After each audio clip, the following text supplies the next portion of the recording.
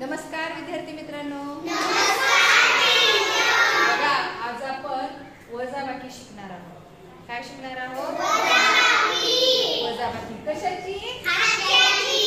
हातच्याची. आवडेल का तुम्हाला शिकायला? बर, मला सांगा वजाबाकी म्हणजे काय रे? आधी ती वजाबाकी म्हणजे काय? एकदा टाळ्या वाजवा शिवसाठी. वजाबाकी म्हणजे काढणे, कमी करणे. वजाबाकी म्हणजे सांगा म्हणजे ज्याचं लक्ष राहते त्याला हे सांगता येते. तुमचं लक्ष नसलं तर तुम्हाला हे समजणार नाही, म्हणून श्रावणी लक्ष दे समोर. वजाबाकी म्हणजे काढणे, कमी करणे. समजा माझ्याकडे 10 लाडू होते. किती? 10. त्याच्यातले मी 2 लाडू सईला दिले, 1 लाडू श्रुतीला दिला. 7 राहिले. 2 लाडू सईला दिले आणि 1 लाडू श्रुतीला दिला. मग 10 मधून 3 गेले. किती राहिले? बरोबर 7 राहिले. मग ह्याला काय म्हणायचं? या गणिताला काय म्हणायचं? वजाबाकी. काय म्हणायचं? वजाबाकी. समजलं का? बघा मग मोठी वजाबाकी कशी करायची ते आज आपण बघूया. बघा गणित बघा असं आहे. बघा म्हणजे माझ्याकडे 465 रुपये होते, त्याच्यातनं 389 रुपये आपण देऊन टाकू.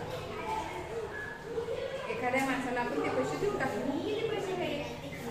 साधं गणित आहे. मग काय करायचं? लक्ष दे इकडे. काय करायचं बघा, 5 मधून 9 जाते का? नाही जात. नाही जात. 5 लहान आहे, 9 मोठा आहे. लहान संख्येतून मोठी संख्या वजा होते का? नाही होत. मग काय करायचं?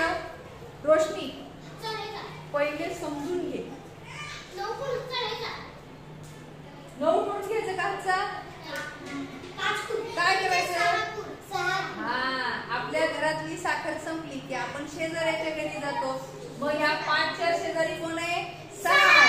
मग काय करायचं? हे 5 वर काट मारायची, हे 5 वर लिहायची. आणि मग ह्या 5च्या शेजारी कोण आहे? 6. मग या 6 न म्हणायचं बाबा आम्हाला 1 हातचा दे.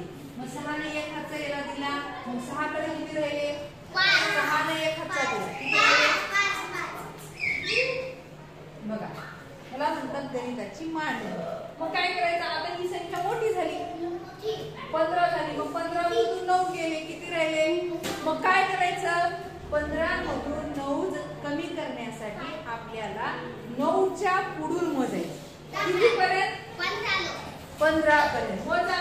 9च्या पुढून 10, 11, 12, 13, 14,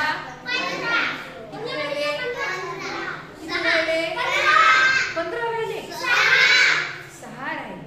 बघा हे समोर 6 आहेत तुमच्या. तुम्ही तुमच्या हाताचे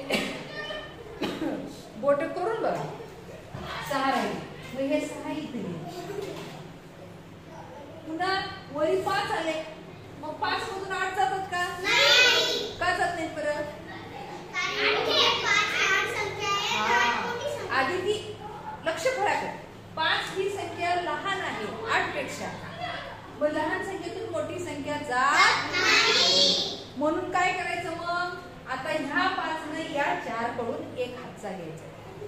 उसना हातचा उसना घ्यायचा. बघा या 4 ने या 5 ला देऊन टाकले.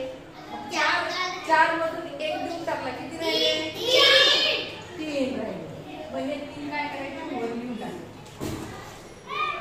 आता ही संख्या किती झाली रे? 15. मग 15 मधून 8 कमी करायचे. म्हणजे काय करायचं? हा बोर्ड नको. नाही 8च्या पुढून 15 येईपर्यंत मोजायचं. बघा 8च्या पुढून मोजू आपण. 8 झाले 9, 10, 11, 12, 13, 14, 15. आपण बोट मोजूनही करू शकतो आणि रेषा ओढूनही करू शकतो. पण रेषा ओढायला आपल्याला वेळ लागतो आणि हा वेळ घालवायचा का? नाही. म्हणून आपली बोट मोजायची. आता मोजा 1, 2, 3, 4, 5, 6, 7. किती झाले? 6. मग हे 6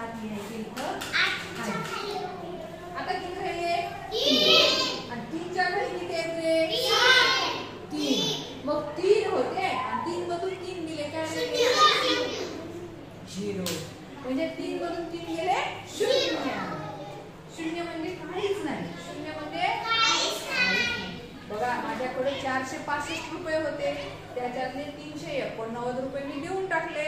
मग किती रुपये राहिले? 76 रुपये राहिले. किती रुपये राहिले? 76 रुपये राहिले. समजलं का हे घरी? कसं केलं आपण? हातचा घेऊन, शेजाऱ्याकडून हातचा घेऊन, म्हणून ह्याला कशाची उदाहरण म्हणतात? हातच्याची. कशाची? हातच्याची गणित. आलं लक्षात सर्वांच्या?